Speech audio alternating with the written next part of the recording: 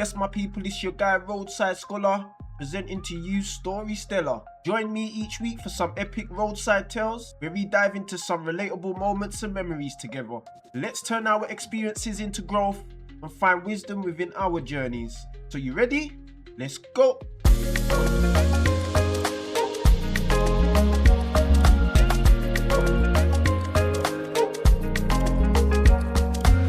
So in today's story, I'm going to be going off my last story, and if you ain't seen my last story, you can go back in my episodes and watch the playground.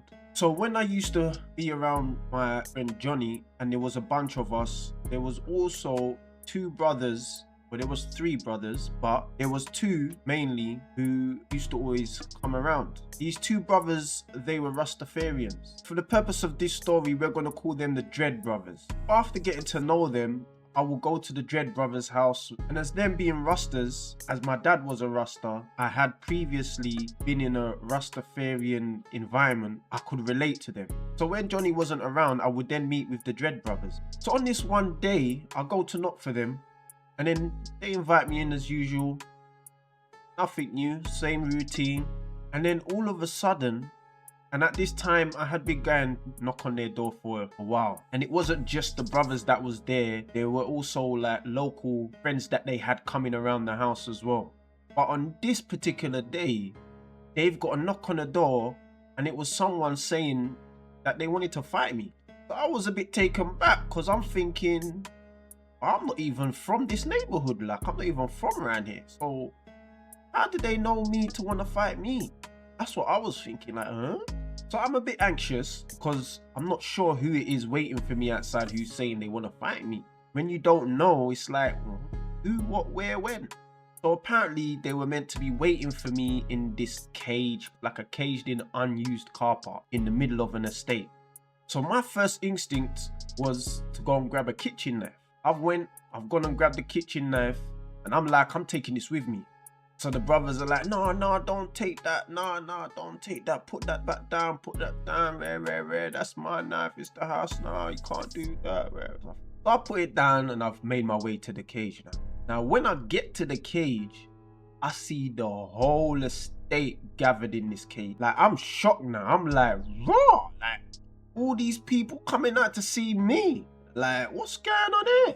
So I walk inside this cage, and then there's this kid just comes, blocks the gate, locks me in. I look into this crowd, and it's like, who am I fighting here? And I see it's one guy. We've gone to the same school together. We're in the same year. Okay.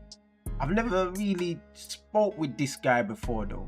He's obviously been watching me for some time. He wants to take a shot. What reason? I don't know. When I think now, it's like he's just hating. Like, I don't like that guy because he's too smooth. He's too cool. So because he's too smooth and cool, I want to pop his ting down. Like, that's the way I see it. Like, I don't like the way he's moving. It's too smooth and cool. So I want to pop it down. Because I can't be that way. So let me pop it down so that I can get props. So that I can be that way. Mad. Like, people just come out the woodworks and just switch and come up funny, like, for no reason. But it's because they've been watching you for a long time and you don't even know. And they're picking an opportunity to mess you over in order to boost their ego. Now, how do I know that it's him though that wants to fight me? Well, he's standing there with a dog chain in his hand. And you know when the crowd's all back and he's the one standing there in the front, like, yeah, like, okay, he's the one, he wants to fight, man. Okay, cool. Now this dog chain though, it's not those little dog chains. It's a big, heavy duty, you know, the heavy duty dog chains. Anyhow, I don't back down, innit? I've been doing this since a little kid. It's just all the same thing. Like, it is what it is. Nothing new. We get into it, tries to hit me with the dog chain, but when he goes to hit me with it, I've grabbed the dog chain. I've even grabbed the dog chain. I've just grabbed his arm so he can't hit me with it. He never even got a chance to hit me with it. Like, when I banged him, he just stumbled, and then I just grabbed his arm straight away, and then I managed to just get the dog chain out of his hand. I just start lashing him with it. But now what happens is people them start rushing me, like start kicking me and all of that. And they're like, oh, down the chain, put down the chain. Where. By the time they got the chain off of me, I was completely knackered because it was a hot day. It was hot that day, mid-summer. So I just had burnt out all my energy whipping him. Then I'm struggling and fighting with all this gang of people trying to get the chain off me. Plus they're jumping me. So it's all like energy consuming. At that point now, I've just took off running. Now remember what I said before, there's this kid that's blocking the gate so I don't leave. So once I've took off running, he's there, he's like ready now. He ain't leaving nowhere. I told you about my favorite move when I was young, yeah? Was the fly kick. Gave him one nice fly kick through that gate. Now from there, there's this long road. For me, it's the only road I know back home because I'm not familiar with the area like that. So my first instinct is I need to get down this road. Once I can get down this road and burn them, then I'm good. Now you got to bear in mind that I did 100 meters for sports. When it came to the sports days, it was either me or another guy, that Lethal Bizzle guy. I used to always be racing with him. It was either me or this Lethal Bizzle. Us two would race against each other and it's head to head, toe to toe. He'll probably say, yeah, I'm better than you, whatever, but nah. It was either or, depending on the year. So I'm running down this road and I've got the whole neighborhood on my heels, bro. The whole neighborhood's on my heels chasing me down this road. Tired, hot, I'm thirsty. I'm a bit battered because they tried to rush me. Now I see this pub. So I've just run into the pub. Whoop.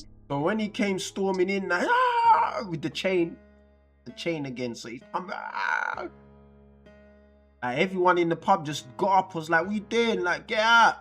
Like, they're telling him to get out. Normally it's the both of us have to get, but they're just telling him, like, get out, what you doing? And they're stopping him and like, get out. So people in the pub, thank you that day. So that was that. After that, waited until they left and then I went home. But me, I'm just dumb, innit? I'm dumb. Because I decided to go back there the next day. I'll go back to the Dread Brothers' house. But it's like now I'm thinking, it's like the Dread Brothers were trying to set man up, you know? It's like the Dread Brothers were telling them, man, from the estate every time I come there. And I think it's because when I used to go to the Dread Brothers' yards and we play fight, I used to rough them up a lot. Maybe they just didn't like that. So they said, all right, you want to rough man up? Okay, we're going to get someone to try and rough you up then. I think that's what it was. It must have been that. But I'm not clocking that at the time. To me, like an idiot, I've gone back there again. Boom, get the knock on the door. And that's how I know it must have been them telling them. Must have been. Because when I got there, a little while after, boom, boom, boom, we get the knock on the door. Yeah, he wants you to come back round again. So I'm done. Me again, I'm going to the cage again. But this time now, and this time he never had the chain. But it was the same people, same scenario. Came, kid blocking the gate. But this time, it's like he tried to kick it off by trying to punch me first. But I've just gone in. But this, the difference on this one was, they didn't wait for me to be roughing him up and all that. They just started laying into man, rushing man, straight away. As soon as I went in and I got the better, boom, they just all started rushing. I'm like, okay, no, I know what's going on now. As they've gone to start kicking me up and that, I'm like, all right, I'm gone. I know what it is. So while I've got the energy, you know what? I'm ducking out, innit? Boom! The youth's there, but this time, the youth that was on the gate, he just moved out the way and just left the gate open. He didn't even bother to try and stop me. He just left the gate and that was it. I'm gone. Hear the madness now. I'm running now and I'm off. And I turn back around and I've got this girl on my heels, fam. The guy that I'm fighting is his older sister. Now this girl is on my heels. She's not stopping. No matter how much I'm trying to run, she's just on me. Now by the time she caught up to me and caught me, I'm finished. Like, I'm out, winded. I ain't got no energy left. I'm tired. So she's just holding me. No, come. He's here, I got him. All I remember is, so you think you could run away? He went to swing, I ducked his swing, he missed me, and then I just sort of blacked out. The next thing I remember is just waking up in some woman's house. And the woman's like, are you alright? There was another kid, like the woman's son was there. I think the son must have brought me there to the woman or whatever, his mum, which is his mum. Like, are you alright? I'm like, yeah. What happened? No, he was in the fire, innit? Like, damn. On the real, he didn't knock me out. I just blacked out through exhaustion. Like, it was so hot that day, probably never drank anything, and all that running and all of that, yeah, it was just so overwhelming that in the end, blacked out. Didn't go back after that though.